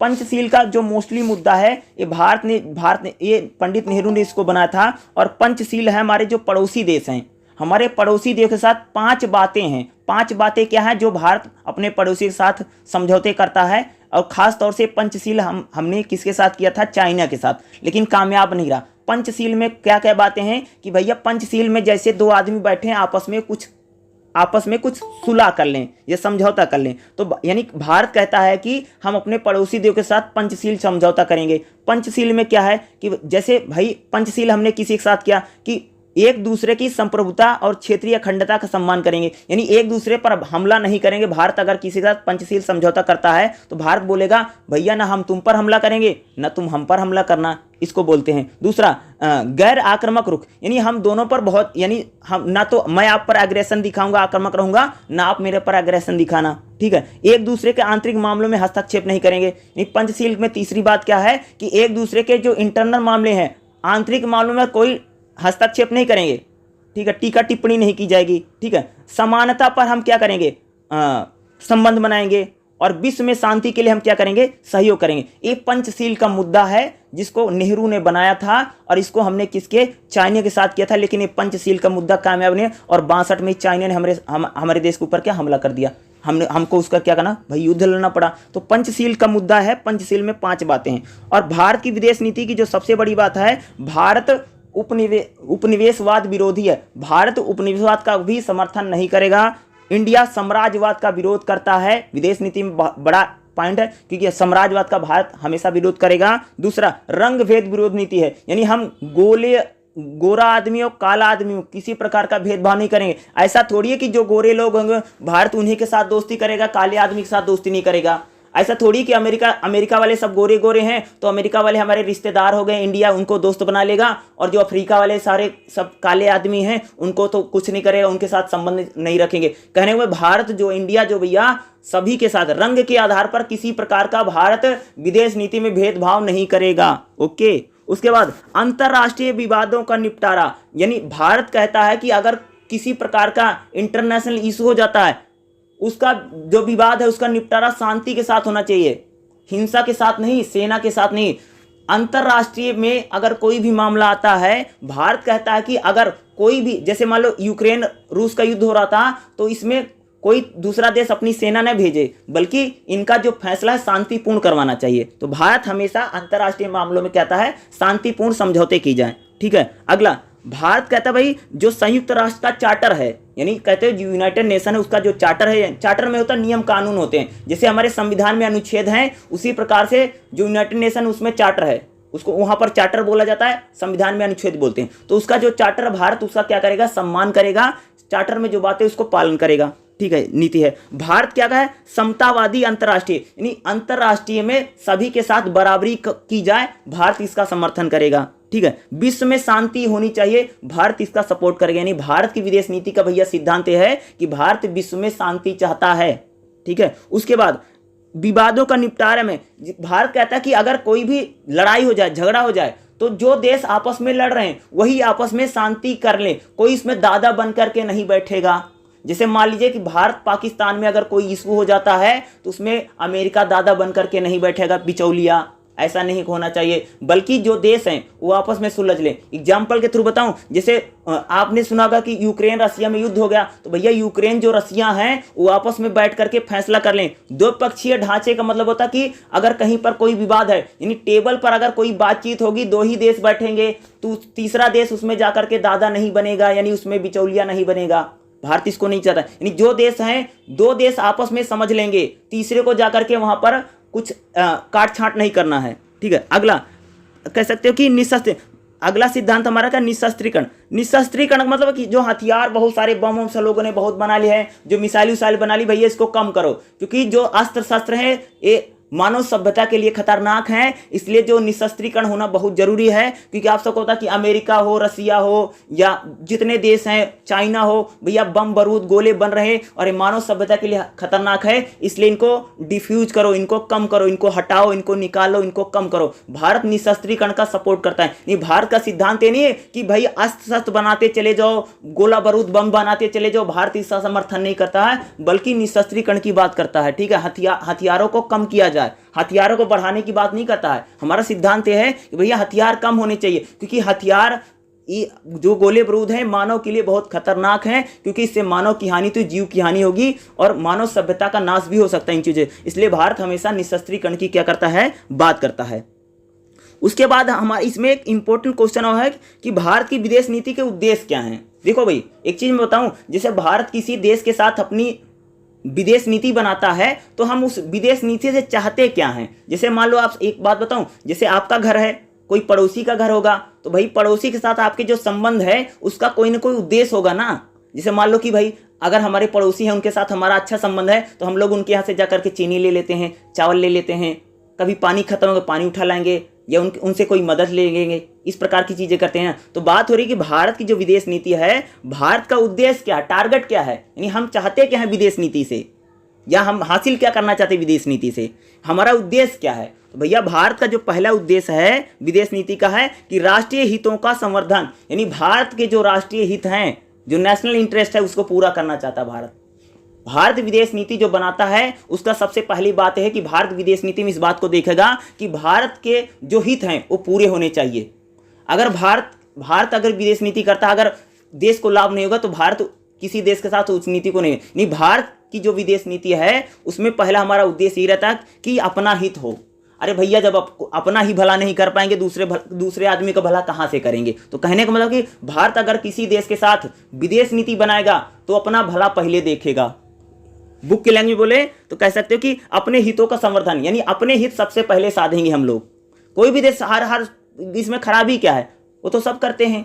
दूसरा क्या भाई, निर्णय लेने। भारत अगर किसी के साथ विदेश नीति बनाएगा तो भारत निर्णय लेने की स्वतंत्रता की बात करता है। ये नहीं कि अगर हम तुम्हारे ग्रुप में शामिल हो गए तुम्हारे कहने से नहीं चलेंगे, ऐसा बिल्कुल भैया नहीं होगा। ठीक है। यानी भारत कहता है कि विदेश नीति का हमारा उद्देश्य क्या है, निर्णय लेने की स्वतंत्रता होनी चाहिए। ये नहीं कि किसी ग्रुप में 10 लोग हैं तो एक जो बोल रहा है सब उसी के साथ भेड़ चाल चल रही है, ऐसा नहीं होना चाहिए। भारत का विदेश नीति का उद्देश्य क्या है कि निर्णय लेने की स्वतंत्रता, यानी कोई भी डिसीजन हम स्वतंत्रता पूर्वक लेंगे। हम यानी विदेश नीति अगर किसी के साथ हमारी बनी है तो हम फैसला स्वयं करेंगे, हम तुम्हारे कहने से नहीं करेंगे। ओके। अगली बात क्या है, विदेश नीति के आर्थिक पक्ष, आर्थिक मुद्दे। यानी भारत कहता है कि विदेश नीति जो हमारी होगी किसी देश के साथ, हमारा उद्देश्य क्या है कि भारत अपने आर्थिक मुद्दों को पहले रखेगा, यानी आर्थिक लाभ की भाई भारत क्या करेगा, बात करेगा। ये नहीं कि हमारे आर्थिक मुद्दे सोलबुन ही ना हो, हमारा घाटा नहीं सहेंगे भाई, ठीक है। ये थोड़ी है कि किसी का विदेश नीति बना रहे हैं हम खुद घाटा सह रहे हैं, तो ऐसा नहीं। आर्थिक दूसरा अगर देखोगे, भारत की विदेश नीति का सबसे बड़ा उद्देश्य है, इसको पहले नंबर पॉइंट पर लिख करके आना एग्जाम में, ये पहला पॉइंट डालना इसको, ठीक है। भारत विदेश नीति का हमारा उद्देश्य क्या है कि आतंकवाद विरोधी ढांचा तैयार हो। आप सबने सुना होगा कि नरेंद्र मोदी बार बार हर जगह जहां पर जाते हैं आतंकवाद के खिलाफ बात करते हैं, क्योंकि भारत की सबसे बड़ी समस्या है आतंकवाद, और भारत हमेशा चाहता है कि आतंकवाद के खिलाफ एक बड़ी लड़ाई लड़ी जाए। और भारत विदेश नीति का पहला उद्देश्य है, किसी के साथ अगर हम दोस्ती करते हैं तो वहां पर हम टेररिज्म की बात बहुत करते हैं। आप सबने सुना कि नरेंद्र मोदी कहीं पर भी जाते हैं टेररिज्म एक वर्ड बड़ा यूज करते हैं। उसका मतलब क्या है कि भारत चाहता है कि आतंकवाद के खिलाफ एक ढांचा बने, यानी पूरी दुनिया आतंकवाद के खिलाफ एकजुट मिलकर रहे, भारत ये चाहता है। यानी हम इसको एक इंटरनेशनल इशू बनाना चाहते हैं ताकि पूरी दुनिया का ध्यान जाए और आतंकवाद का, पाकिस्तान जैसे आतंकवादी देशों का खात्मा हो। यानी भारत का जो विदेश नीति का मुख्य उद्देश्य है प्रेजेंट टाइम में अगर बोलूं तो आतंकवाद का, यानी आतंकवाद विरोधी ढांचा बने, भारत ये चाहता है, ठीक है। दूसरा है, अगला देखोगे, न्याय संगत। भारत कहता है कि जो पर्यावरण के मामले हैं इसमें न्याय होना चाहिए।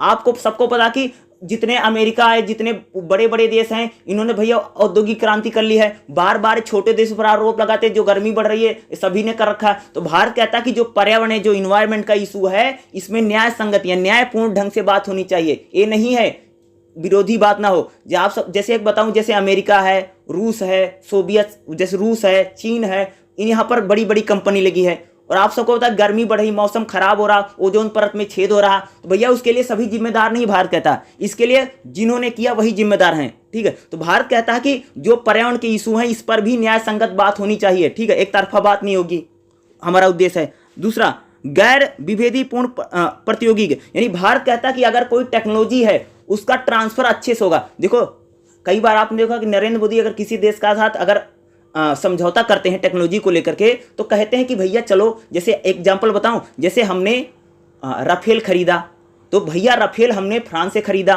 तो राफेल जब हम फ्रांस से खरीद रहे थे तो हमने फ्रांस को क्या बोला कि हम तुमसे इतना राफेल खरीदेंगे, इतना पैसा देंगे, तो एक काम करो, जो राफेल बनाने का जो टेक्निक है हमको दे दो। यानी भारत कहता है कि भैया जो टेक्नोलॉजी है वो सभी को मिलनी चाहिए, उसमें किसी प्रकार का भेदभाव नहीं होना चाहिए, ठीक है। यानी जो भी टेक्नोलॉजी है वो सभी देशों को समान रूप से वितरित हो। ये नहीं है कि 3-4 बड़े बड़े देश हैं जैसे अमेरिका है, फ्रांस है, या चाइना है, या रूस है, इन देशों में टेक्नोलॉजी रहे, बाकी गरीब देश ऐसे पड़े रहें, फिर उनका शोषण हो जाएगा ना।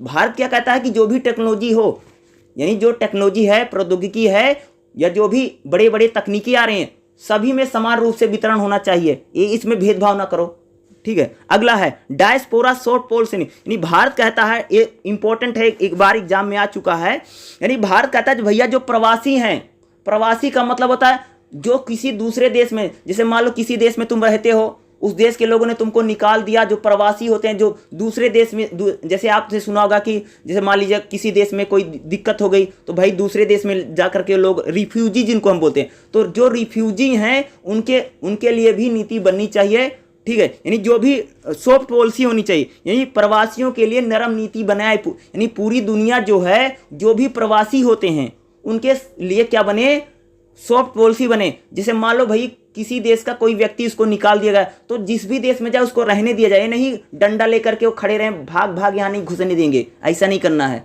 तो भारत क्या कहता है भैया कि जो प्रवासी हैं इनके लिए सॉफ्ट नीति बननी चाहिए। यानी भारत की विदेश नीति का उद्देश्य क्या है कि जो प्रवासी हैं, ठीक है, उनके लिए सॉफ्ट नरम शक्ति का प्रयोग हो, यानी वो कहीं पर भी, जैसे आप सबको था कि अमेरिका में बहुत सारे प्रवासी लोग रहते हैं जो रिफ्यूजी रहते हैं, तो भारत कहता है जो रिफ्यूजी हैं उनके लिए नरम नीतियां बनाओ। ये नहीं कि रिफ्यूजियों के लिए कड़ी नीति बनाओ, रिफ्यूजियों को तुम घुसने मत दो, रिफ्यूजी बेचारा वैसे मर जाएगा, अपने देश वाले घुसने नहीं दे। तो जो भी रिफ्यूजी हैं, जो भी कह सकते हैं कि प्रवासी हैं, इनके लिए नरम नीतियां बने, उदार नीति बने, ठीक है, यानी इनको रहने दिया जाए, ठीक है, भगाया वगाया मत जाए, ठीक है, इनके लिए ठीक फैसले करो भाई, ठीक है। भारत इस बात को कहता है, ठीक है। चैप्टर नंबर 3 में यही सारी चीजें आपको लिख करके आनी है, ठीक है।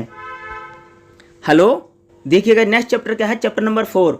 चैप्टर नंबर 4 क्या है, भारत विदेश नीति का निर्माण।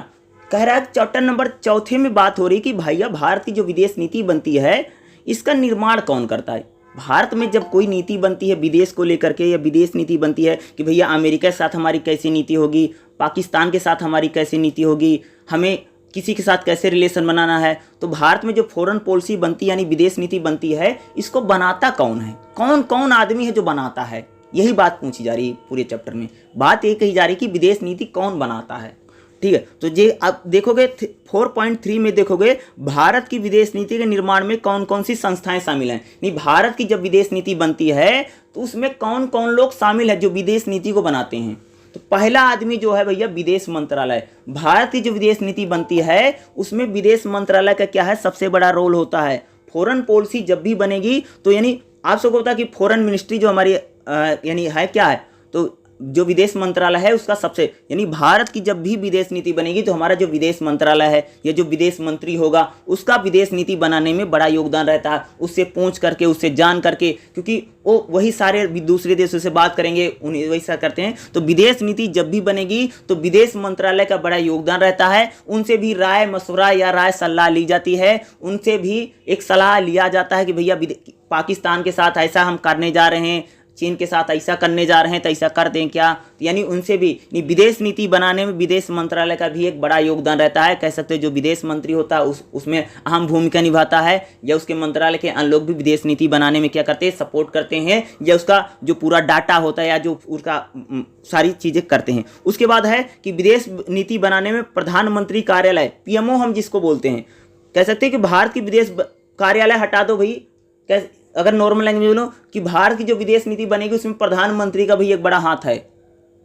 क्या कह रहा हूं कि भारत की जो भी व्यक्ति प्रधानमंत्री होगा उसका हस्तक्षेप हमें विदेश नीति में दिखाई देगा। एग्जाम्पल के आपने हमने पहली बात क्या है कि जवाहरलाल नेहरू पहले प्रधानमंत्री बनते हैं और पूरी विदेश नीति उनकी विचारधाराओं से या उनकी बातों से भरी पड़ी है। उसी प्रकार से कह सकता हूं मैं कि जब भी विदेश नीति बनेगी तो जो पीएमओ है यानी प्रधानमंत्री का कार्यालय, खास तौर से प्रधानमंत्री कह लीजिए, कार्यालय तो नाम वैसे जोड़ दिया इन्होंने, तो प्रधानमंत्री जो है इसका प्रभाव हमें विदेश नीति में दिखाई पड़ेगा, या प्रधानमंत्री अपनी पावर विदेश नीति में डालेगा ही डाले, उसकी बातें उसमें भैया चलेंगी। यानी जब भी विदेश नीति बनेगी तो प्रधानमंत्री उसमें जरूर शामिल होगा, या उससे बातें की जाएंगी, या प्रधानमंत्री ही भैया विदेश नीति बना दे, ऐसा भी हो सकता है, ठीक है। तो प्रधानमंत्री बहुत इंपॉर्टेंट व्यक्ति है विदेश नीति बनाने में। विदेश मंत्रालय इंपॉर्टेंट है, फिर प्रधानमंत्री का कार्यालय। अगला है राष्ट्र सुरक्षा पर कैबिनेट समिति, यानी जो सुरक्षा, यानी कह सकते हो जो भी सुरक्षा समितियां हैं इनका भी बड़ा इंपॉर्टेंट। जैसे अगर मैं बात करूं जो भी भारत में सुरक्षा को लेकर के जो एजेंसियां हैं हमारी,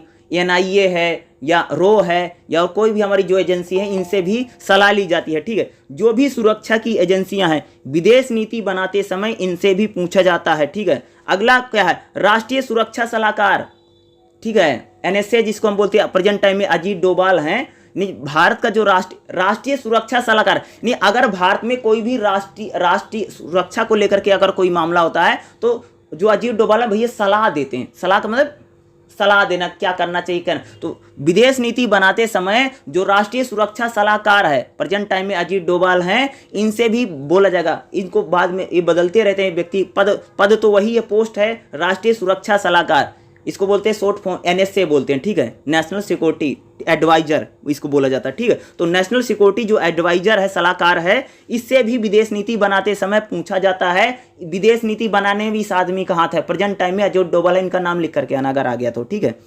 आगे देखिएगा, विदेश नीति बनाने में संसद यानी हमारी जो पार्लियामेंट है, भैया कोई भी नीति बनेगी तो पार्लियामेंट में बिल आएगा, बिल पास होगा, तो कह सकते हैं विदेश नीति बनाने में हमारी जो पार्लियामेंट है, संसद का बड़ा योगदान रहता है। विदेश नीति जब ने संसद में दोनों आ जाते हैं, कोई मतलब क्या लोकसभा का रोल रहता है, राज्यसभा का रहता है, दोनों संसद में 3 आदमी आते हैं। संसद में राष्ट्रपति, लोकसभा और राज्यसभा, यानी तीनों को मिलाकर हम बात करें पार्लियामेंट। भारत की जब विदेश नीति बनेगी तो उसमें पार्लियामेंट का बड़ा योगदान रहेगा। विदेश नीति बनाने में कह सकते हो कि जो हमारी संसद है यह एक बड़ी भूमिका बनाती है।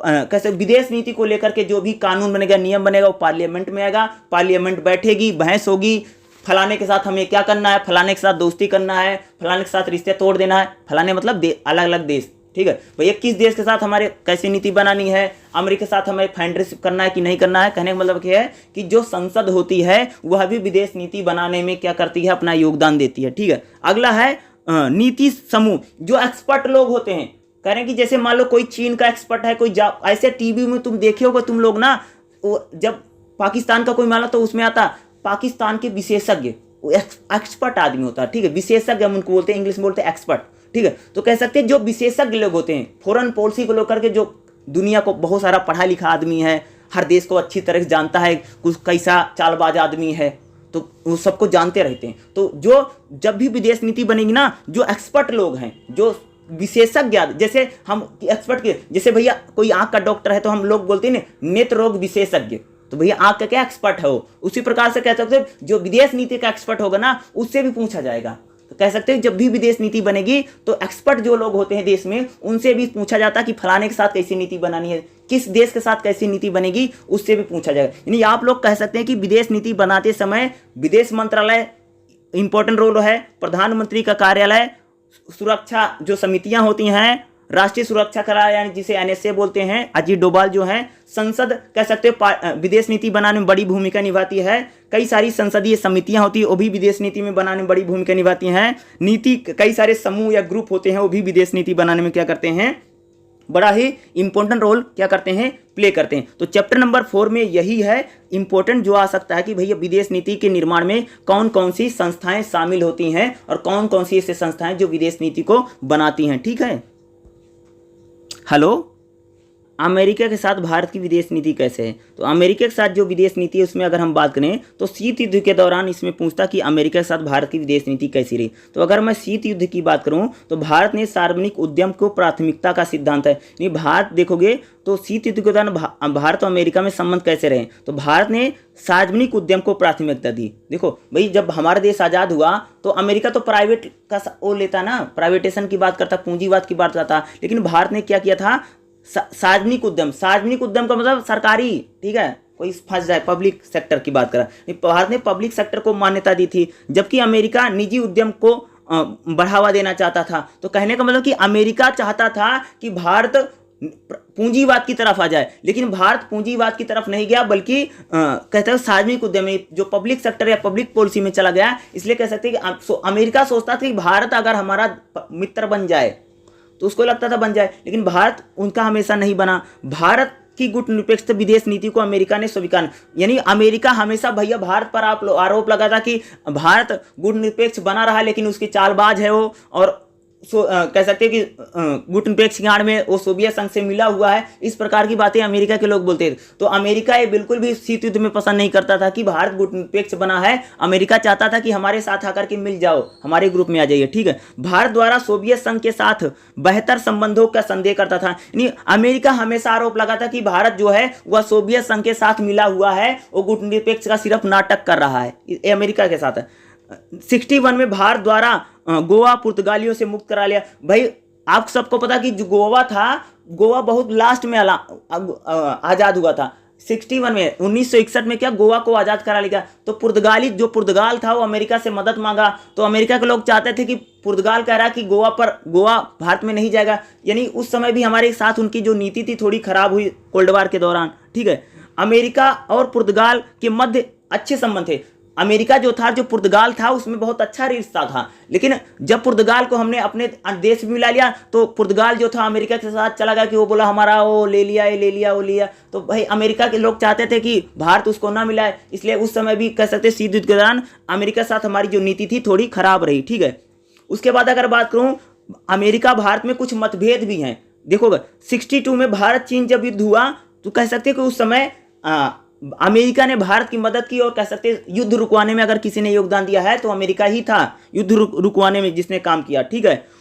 1960 में देखो जब भारत में अकाल पड़ा, भुखमरी पड़ी, उस समय कह सकते हैं कि अमेरिका ने भैया यहाँ पर खाद्यान्न भेज करके हमारी हेल्प की। तो कह सकते हैं शीत युद्ध के दौरान ज़्यादातर हमारे साथ उनके जो रिश्ते हैं बड़े खटासपूर्ण बने रहे, अच्छा रिश्ता नहीं रहा। लेकिन बीच बीच में कह सकते हो कि जब अमेरिका चीन के साथ हमारा युद्ध हुआ तो भैया युद्ध रुकवाने में मदद किया हमारा। 1960 के दशक में जब भारत में खाने पीने खाद्यान्न की कमी हुई तो अमेरिका से गेहूं आता था, तो उस समय अमेरिका ने क्या हमारी मदद किया है, ठीक है।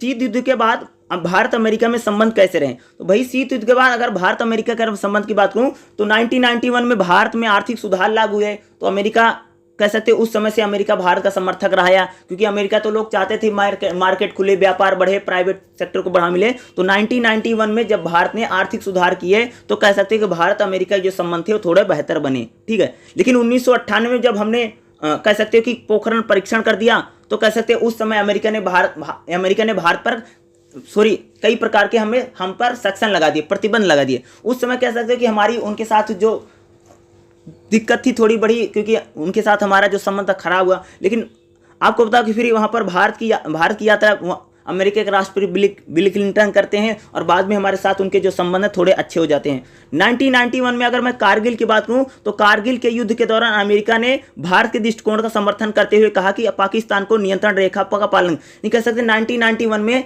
कारगिल में भी अमेरिका ने हमारा समर्थन किया, बल्कि वो कहता जो LOC है, लाइन ऑफ कंट्रोल है, लाइन ऑफ कंट्रोल के बाहर पाकिस्तान को नहीं आना चाहिए, उसने वहां पर भी हमारा क्या क्या था, समर्थन किया था। उसी हिसाब से अगर बोलूं सन 2000 में बिल क्लिंटन भारत पर आए थे, जिससे कह सकते भारत और अमेरिका के जो संबंध थे, रिलेशन थे, काफी अच्छे बने। 2008 की अगर मैं बात करूं तो भारत एक द्विपक्षीय 2008 में अमेरिका के साथ हमारे साथ एक परमाणु सहयोग हुआ है। कैसे, कब हुआ है? 2008 में भारत और अमेरिका में कह सकते परमाणु को लेकर के एक सहयोग बना था, ठीक है। भारत ने NSG में, अमेरिका जो था भारत को NSG में शामिल कर प्रवेश के लिए समर्थन बढ़ाया। नेशनल सप्लायर जो ग्रुप है, ठीक है, जो सप्लायर ग्रुप है उसको लेकर के, मिसाइल सप्लायर जो ग्रुप है उसमें अमेरिका भारत का क्या करता, थोड़ा समर्थन करा। अगर मैं रक्षा संबंधों की बात करूं, भारत अमेरिका के जो रक्षा संबंध है, तो अगर रक्षा संबंध की बात करूं तो भारत जो है अमेरिका कई सारे हथियार खरीद रहा, कई सारी चीज़ें खरीद रहा। जैसे हम उनके साथ सूचना समझौता हमने किया है। रक्षा संबंध में रक्षा संबंध में कह सकते हो कि अमेरिका के साथ हमने क्या किया है, कई सारे समझौते किए हैं। पहला समझौता क्या है? सैन्य सूचना समझौते किए हैं, लॉजिस्टिक एक्सचेंज समझौता किया है और संचार गमता समझौता किया है। ये 2-3 प्रकार से हमने अमेरिका के साथ क्या किए हैं, सुरक्षा यानी रक्षा को लेकर के हमने समझौते किए। भारत और अमेरिका में देखोगे प्रौद्योगिकी को लेकर, देखोगे अमेरिका जो हमारे साथ कई सारे जो प्रौद्योगिकी है, जो टेक्नोलॉजी है, उसका भी एक्सचेंज करा, उनके साथ भी हमारे थोड़ी सी नीति बनी है, ठीक है। अमेरिका में बसे जो अब हमारे निवासी हैं उनके लिए भी अगर देखोगे तो अमेरिका कई प्रकार से अच्छी काम कर रहा। अमेरिका की सिलिकॉन वैली में लगभग 3 लाख से अधिक भारतीय काम करते हैं, ठीक है। और यहाँ पर जो अच्छी टेक्नोलॉजी है, इससे भी भारतीयों को क्या है, काफ़ी लाभ मिला है।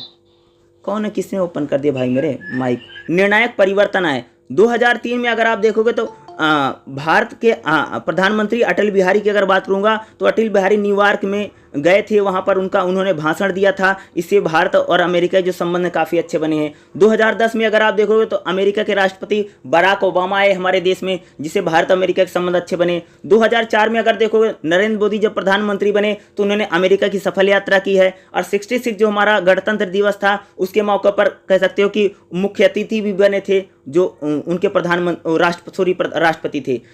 चले साथ साथ एक योजना है जो भारत और अमेरिका 2004 में अमेरिका द्वारा एक विजन बना है, जिसको दिया गया साथ चलें के साथ, जिससे हम हमारे अमेरिका के साथ अच्छे संबंध बन सके। इस सभी के जरिए कह सकते हो, अगर भारत अमेरिका की बात करूं तो भारत अमेरिका में सुरक्षा संबंध, आतंकवाद को सुरक्षा को लेकर के, आतंकवाद को लेकर के, जलवायु को लेकर के, आर्थिक विकास को लेकर के और निशस्त्रीकरण को लेकर के, इन सभी मुद्दे पर अगर हम देखेंगे तो भारत अमेरिका में बातें हुई है। और दोनों देश कह सकते हैं कि विज्ञान और जो टेक्नोलॉजी है, व्यापार में भी कह सकते हैं कई सारे अमेरिका के साथ हमारे समझौते हुए हैं। 2008 में भी अगर देखोगे तो टेक्सास में वहाँ पर देखोगे हाउडी मोदी जो प्रोग्राम करवाया गया था, ठीक है, उसको लेकर के भी कह सकते हैं कि भारत और अमेरिका में अच्छे संबंध बने। उसी के साथ कह सकते हैं कि भारत और अमेरिका में जो संबंध है काफ़ी अच्छे हैं। कोल्ड वार के दौरान अमेरिका के साथ हमारे अच्छे संबंध बने नहीं रहे, लेकिन बाद के देखोगे तो जो USA है उसके साथ हमारे अच्छे रिलेशन बन रहे हैं, ठीक है। हेलो, क्या है रूस के प्रति भारत की नीति? तो अगर हम बात करें तो रूस के साथ हमारे कई सारे संबंध हैं, जैसे राजनीतिक संबंध है, आर्थिक संबंध है, सामरिक संबंध है और सांस्कृतिक संबंध है। अगर आप देखेंगे तो रूस के साथ हमारा जो अगर राजनीतिक संबंध की बात करें तो भारत और सोवियत संघ के राजनीतिक संबंध सदैव बहुत अच्छे रहे हैं। कश्मीर मुद्दे पर देखोगे तो रूस हमारा हमेशा क्या करता है, समर्थन करता है। 1961 में अगर देखोगे गोवा और दमन द्वीप के विलय करवाने में रूस ने हमारा साथ दिया। 1965 और 1971 में भारत पाकिस्तान का जो युद्ध हुआ है उसमें भी कह सकते हो कि रसिया ने हमारा सहयोग किया है, हमारा साथ दिया था, ठीक है। भारत के समर्थन के कह सकते हो कि जब भारत और पाकिस्तान का जो युद्ध रहा था, कई बार जैसे चीन जो है उसको काफ़ी हस्तक्षेप करता था, ठीक है, या अमेरिका कई बार धमकी देता था, तो रूस ऐसा देश था जो भारत के साथ हमेशा मददगार बना रहा। या भारत के लिए अगर यूनाइटेड नेशन में वीटो लगाने का अगर कोई काम किया है तो रसिया था, ठीक है। 1971 के युद्ध में भारत का समर्थन सोवियत संघ ने किया और पाकिस्तान का समर्थन हमेशा अमेरिका करता रहता था। 1971 में अगर आप देखेंगे भारत पाकिस्तान युद्ध में यूएसएसआर द्वारा चीन को धमकी दी गई थी भाई, क्योंकि देखो यह था जब 71 का युद्ध चल रहा था तो चाइना ने बोला था कि हम पाकिस्तान की तरफ से युद्ध लड़ेंगे, ठीक है। तो रसिया ने बोला था कि अगर भारत और पाकिस्तान में युद्ध रहा, अगर कोई नया देश अगर उसमें कूदेगा तो हम भारत की तरफ से युद्ध लड़ेंगे। तो कह सकते एक प्रकार की धमकी, यानी कह सकते हो कि जब भारत का कोई मित्र नहीं था या भारत का कोई सपोर्ट नहीं करता था, उस समय कह सकते जो रूस है वो हमेशा हमारा क्या कह सकते इस युद्ध के दौरान भी हमारा मददगार बना रहा। उसी के साथ अगर मैं आर्थिक संबंध की बात करूं तो भारत और रूस में आर्थिक संबंध भी काफ़ी अच्छे रहे हैं। भारत और यूएस में आर्थिक संबंधों की बात करूं 1950 से काफ़ी बेहतर रहे हैं। भारत में जो पंचवर्षीय योजनाएं चलती हैं वो रूस की ही देन है। भारत अगर देखोगे जो पब्लिक सेक्टर में गया, सरकारी सेक्टर हमने अपनाया है, वो रूस की देन कह सकते हो। दूसरी बार भारत में जो इंडिया में आप सबको पता कि हमारे यहाँ पर जो स्टील प्लांट लगे हैं, जैसे अगर बात करूँ जैसे बोकारो है, भिलाई है, विशाखापट्टनम है, इन सारे संयंत्रों को लगाने में भाई जब देश हमारा आज़ाद हुआ तो इतने बड़े हम प्लांट नहीं लगा सकते थे, हम इतना बड़ा स्टील नहीं लगा सकते थे, हमारे पास टेक्नोलॉजी नहीं थी। तो रसिया ही ऐसा देश था जिसने हमें कह सकते बोकारो में, भिलाई में स्टील प्लांट लगाने में हमारी मदद की। 1970 के आसपास अगर बात करूँ तो खराब आर्थिक स्थिति थी भारत की, तो भारत के साथ उन्हें कह सकते हैं मुद्रा में यानी भारत की करेंसी में उसने व्यापार किया। 1970 में देखोगे तो भारत को उसने पेट्रोलियम खनिज उर्वरक देकर के उसने भारत की सहायता की। भारत रूस में अगर देखोगे तो व्यापार भी अच्छे खासे हो रहा। आज हम उनसे बहुत सारा अगर देखोगे डिफेंस का सामान जो है हम रूस से ही खरीदते हैं, ठीक है। भारत और रसिया के सामरिक संबंध भी बहुत अच्छे हैं। सैनिक संबंध देखोगे तो हमारे उनके साथ सैनिक संबंध, सामरिक संबंध काफ़ी अच्छे हैं। सोवियत संघ के हथियार भारत देखो, सोवियत संघ जो है या कह सकते हैं रूस से हम काफ़ी अच्छी बड़ी मात्रा में हम हथियार खरीदते हैं।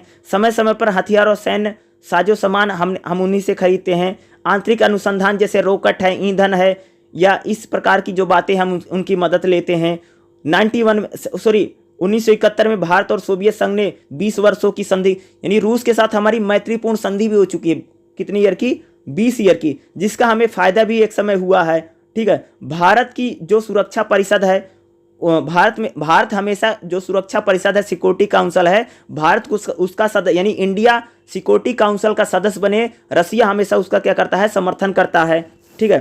भारत और रूस में सांस्कृतिक संबंध भी हैं। जैसे मैंने आपको बताया था कि भारत के जो सांस्कृतिक जुड़ाव हमारे साथ उनके है। दोनों देशों में विज्ञान की बात करें, लेखक की बात करें, शोधकर्ता दोनों देशों में आते जाते रहते हैं। सोवियत संघ तो भारतीय हिंदी फिल्मों का भी काफ़ी मांग रही है। तो यानी कह सकते हैं अगर देखो तो रूस के साथ हमारे साथ उनके राजनीतिक संबंध, आर्थिक संबंध, परमाणु सपोर्ट में भी रूस हमारा समर्थन कर रहा है, व्यापार के क्षेत्र में भी, सामरिक क्षेत्र में भी, आर्थिक संबंध देखें तो रूस के साथ हमारा जो रिलेशन है काफ़ी अच्छा रहा। कोल्ड वार के दौरान हमारा अगर कोई दोस्त रहा, फ्रेंड रहा तो रूस ही बना। लेकिन जब कह सकते जब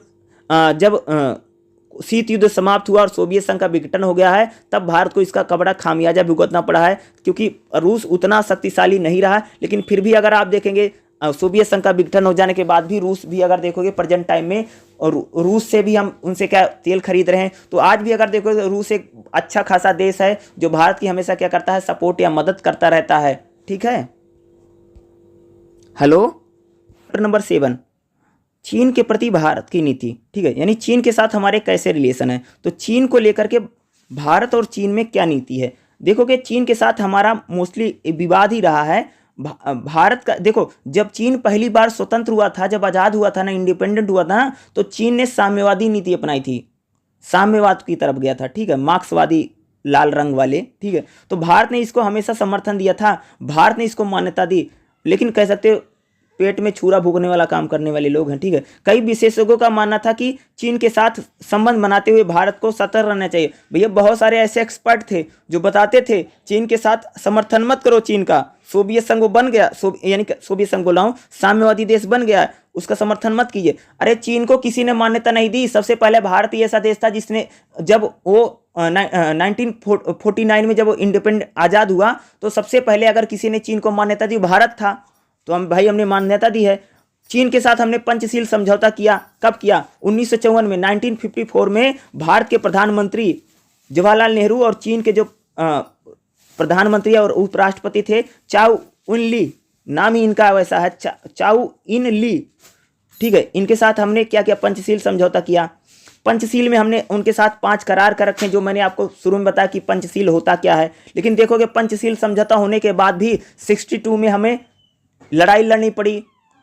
लगभग 72,000 वर्ग मील हमारी उनके अंडर में चली गई, ठीक है, जब उन्होंने हमला किया, ठीक है। अगर देखोगे तिब्बत का मुद्दा भाई, तिब्बत को, यह जो तिब्बत है ना, इस पर चीन ने पूरा कंट्रोल कर रखा है। चीन इसको अपना बताता। अरे तुम लोग देखते नहीं दलाई लामा करके यहाँ धर्मशाला में पड़े हैं। धर्मशाला भाई वो है क्या बोलते हैं, कौन सा राज्य है धर्मशाला जहाँ पड़ता है, क्या कहते हैं, अभी जो कांग्रेस की सरकार बनी थी, ठीक है, हिमाचल में धर्मशाला है। हाँ, हिमाचल में आकर के उन्होंने यहाँ पर कह सकते शरण ले रखी है। तो यह तिब्बत के धर्म गुरु हैं दलाई लामा जी, ठीक है। दलाई लामा यहाँ पर रख रहे, तिब्बत को पूरा कब्जा कर लिया है किसने? चाइना ने। तो भाई भारत हमेशा कहता है कि चीन कहता है तिब्बत हमारा क्षेत्र है, तिब्बत हमारा इलाका है, ठीक है। चीन हमेशा आरोप लगाता कि हमने इसलिए कब्जा कर लिया क्योंकि हमारा। भारत कहता नहीं ये आपका तो नहीं है, तिब्बत तो बिल्कुल इंडिपेंडेंट है। तो भारत हमेशा कहता है तिब्बत की स्वतंत्रता की बात करता है। इसलिए कह सकते भारत और चीन में हमेशा तिब्बत मुद्दा जो है हमेशा क्या बड़ा वो बना रहता। जैसे मैंने तिब्बत वाला काफ़ी इंपॉर्टेंट, दलाई लामा को बरूद बता के आना, ठीक है। इसको मैंने नोट्स में लिख रखा है, आपको नोट्स भी दे दूंगा, उसमें आ जाएगा। भारत और चीन के साथ जो सबसे बड़ा विवाद है वह है सीमा विवाद, ठीक है। लैंड डिस्प्यूट हमारा उनके साथ बहुत ज़्यादा है। 62 में देखोगे तो भारत के लद्दाख और अरुणाचल प्रदेश पर कब्जा कर लिया था चाइना ने, जिसके साथ कह सकते हैं 1962 में हमें लड़ाई लड़नी पड़ी। उसी के साथ देखो वर्तमान भी देखो चीन के साथ अरुणाचल की जो रेलवे लाइन बिछा रखी है उसको है। सड़क विवाद हमारा उनके साथ बना हुआ है। अरुणाचल को हमेशा चीन कहता है कि हमारा इलाका है, इसलिए कह सकते हैं अरुणाचल प्रदेश को चीन अपनी वेबसाइट पर अरुणाचल प्रदेश को अपने देश का पार्ट बताता है, ठीक है। कई बार तो मैंने ऐसे सुन रखा है कि कई बार भारत के प्रधानमंत्री या रक्षा मंत्री अरुणाचल जाते हैं तो चीन धमकी देता हमारे इलाका है। तुम सबने पीछे सुना कि अरुणाचल प्रदेश में पता नहीं क्या कर लिया है, उन्होंने गांव बसा दिया था। तो चीन के साथ हमारा क्या है, सीमा विवाद बहुत ज़्यादा है, ठीक है। डोकलाम को लेकर के विवाद है, ठीक है। साउथ चाइना सी को लेकर के हमारे साथ उनके विवाद है। कई सारे विवाद हमारे ज़्यादातर उनके साथ, लैंड विवाद हमारे साथ ज़्यादा है। भारत व चीन में के बीच अच्छे संबंध भी बने हैं। चीन के साथ हम अच्छा संबंध चाहते हैं लेकिन जल्दी बन नहीं पाया। भारत की छवि अगर बात करेंगे, कांग्रेस पार्टी का कई सारा प्रभाव रहा। जैसे अब जैसे नेहरू की बात करेंगे तो भाई नेहरू चाहते थे अच्छा संबंध बने। उसके साथ जब भारत के प्रधानमंत्री राजीव गांधी बनते हैं तब भी हम सोचे कि चीन के साथ अच्छा संबंध बने। बाद में देखा कि जब मोदी जी प्रधानमंत्री बनते हैं तब भी चाइना गए थे। लेकिन देखोगे चीन के साथ हम सोचते हैं हमेशा विवाद बने, लेकिन बाद में चीन के साथ हमारे साथ नीति अच्छी नहीं बन पाती है, ठीक है। उसी के साथ देखोगे तो चीन के अगर मैं बात करोगे तो भारत चीन की नीति क्या थोड़ा इंपॉर्टेंट हो सकता है। नोट्स में मैंने तो सारा लिख रखा है, वहाँ पर आपको मिल जाएगा।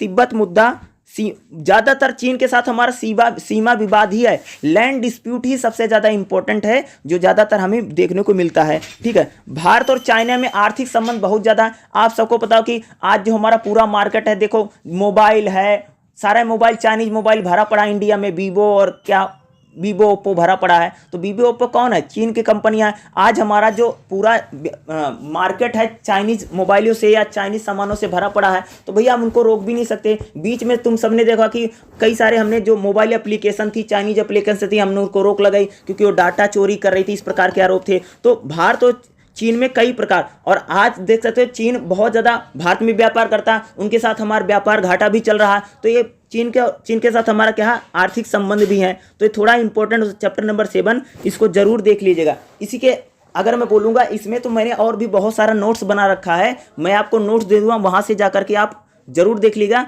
नोट्स में आपको सारा मिल जाएगा। Chapter number 8, chapter number 9, chapter number 10, 11, 12, ठीक है। लगभग 12 चैप्टर तो मैंने नोट्स बना रखे हैं। जो 13वां, 14वां, 15वां है वो बहुत इजी चैप्टर हैं, उनको आप इजीली से भी क्या कर सकते हैं। बाकी मैं नोट्स डाल दूंगा, आप वहां जा करके टेलीग्राम में चेक कर लीजिएगा। टेलीग्राम में आपको नोट्स मिल जाएगा। नोट्स से आप जल्दी से जल्दी तैयारी कर सकते हैं। चैप्टर नंबर जो 5, 6, 7, 8, 9, 10, 11, 12 का नोट्स बना है, आप उनके नोट्स को पढ़ लीजिएगा। आसानी से आपको समझ में आ जाएगा क्या क्या इसमें आपको पढ़ करके जाना है। इसी से आपको अच्छी सी प्रिपरेशन हो जाएगी। चैप्टर नंबर 12, 13 सॉरी 13, 14, 15 जो है बहुत इजी चैप्टर हैं, इनको आप पढ़ सकते हैं। अगर आपको नहीं हो पाएगा तो मुझे ज़रूर बता दीजिएगा, मैं इसकी भी क्लास आपको ज़रूर करवा दूंगा, ठीक है।